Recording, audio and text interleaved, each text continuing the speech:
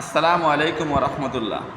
প্রিয় ইমানদার মুসলমান ভাই ও বোনেরা, আপনারা সকলেই অবগত আছেন অপচয়কারী শয়তানের ভাই।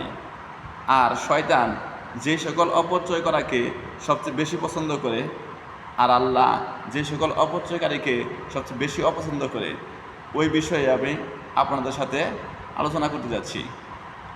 শয়তান যেটাকে সবচেয়ে বেশি পছন্দ করে সেটা হচ্ছে আমাদের সময়কে নষ্ট করা।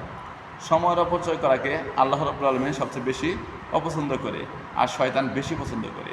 এই সময়গুলোকে আমরা কতভাবে অপচয় করে থাকি, অথচ একবারও চিন্তা করি না যে এই যে সময় আমাদের চলে যাচ্ছে, এই সময় আর কখনো আমাদের কাছে ফেরত আসবে না।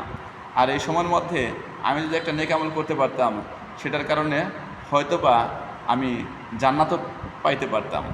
আর যে গুনাহ করতেছি এর কারণে হয়তোবা আমাকে জাহান্নামে যাওয়া লাগতে পারে। কেননা শয়তানের প্রিয় বন্ধু হচ্ছে অপচয়কারী। তাই আমরা অপচয় করা থেকে সাবধান থাকার চেষ্টা করি, বিশেষ করে সময়ের অপচয়। 2 নম্বরের যে বিষয়টা শয়তান বেশি পছন্দ করে সেটা হচ্ছে আমাদের কথার অপচয়। আমরা অযথা অনেক কথা অনেক জায়গায় বলে থাকি, অথচ প্রয়োজনের অতিরিক্ত কথা বলা ইসলামের দৃষ্টিকোণ থেকে হারাম। কেননা যত কথা বেশি বলবেন তত ভুল বেশি হবে, আর আল্লাহ অসন্তুষ্ট হয়ে যাবে এমন কথা বলা শয়তানের জন্য অত্যন্ত আনন্দের বিষয়। শয়তান তাই বেশি কথা বলাকারীকে পছন্দ করেন, আর বেশি কথায় লিপ্ত হওয়ার জন্য আমাদেরকে উৎসাহ দান করে থাকেন। তাই কথা বলার ক্ষেত্রে অবশ্যই আমাদের সাবধান থাকা উচিত। কোনো ক্রমে যেন অতিরিক্ত কথা না বলে ফেলি এবং অপ্রয়োজনীয় কথা না বলে ফেলি। আল্লাহর সন্তুষ্টি এবং রসুলের সন্তুষ্টির দিকে খেয়াল রেখে হিসাব করে কথা বলি। এরপরে 3 নম্বরের যে বিষয়টা শয়তান বেশি পছন্দ করেন তা হচ্ছে পানির অপচয়। আমরা এত পরিমাণে পানির অপচয় করি যে পানি ব্যবহার করার ক্ষেত্রে একটু সাবধানতা অবলম্বন করি না।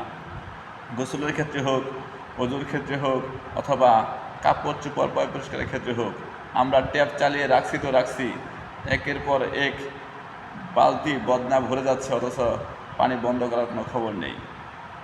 অথচ এই বিশুদ্ধ পানির জন্য অনেক মানুষ অনেক জায়গাতে হাহাকার পড়ে আছে, অনেক জায়গাতে বিশুদ্ধ পানির অভাবে না খেয়ে মারা যাচ্ছে। অশুদ্ধ আর অপরিষ্কার পানির মধ্যে অনেকে হাবুডুবু খাচ্ছে। আমাদের পানি দিয়েছে বলেই আমরা এইভাবে নষ্ট করব, এটা কোনো ইমানদার মুসলমানের কাজ নয়। অভিশপ্ত শয়তানের গোলামদের কাজ, আর শয়তানের গোলামদেরকে আল্লাহ রাব্বুল আলামিন জান্নাতে দাখিল করবেন না। 4 নম্বরের যে বিষয়টা শয়তান বেশি পছন্দ করে এবং আল্লাহ অপছন্দ করে থাকেন সেটা হচ্ছে আমাদের ইনকামকৃত টাকা পয়সা, ধন সম্পদ আমরা কোন পথে ইনকাম করতেছি এবং কোন পথে ব্যয় করতেছি।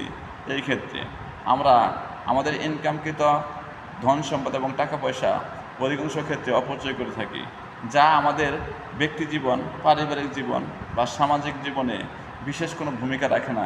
এমন জিনিস আমরা ক্রয় করি বা এমন রাস্তায় আমরা আমাদের সম্পদকে খরচ করে থাকি যার হিসাব দেওয়ার জন্য আল্লাহ রাব্বুল আলামিন যদি কখনো ধরে বসে, তাহলে আমাদের হিসাব দেওয়ার কারো ক্ষমতা থাকবে না।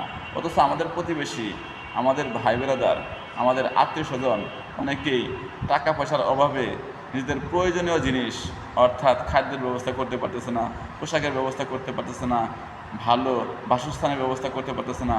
আর আমরা বিলাসিতা করতে করতে গান বাজনা এবং ঘরের মধ্যে এমন অপ্রয়োজনীয় জিনিসপত্র কিনে রাখতেছি অথবা গয়নাগাটি বানিয়ে রাখতেছি যা আমাদের বছরের পর বছর পরে রয়েছে, কোনো কাজেই লাগতেছে না, অথবা কাজে লাগলেও কোনো ইসলামী শরিয়া মোতাবেক কাজে লাগতেছে না।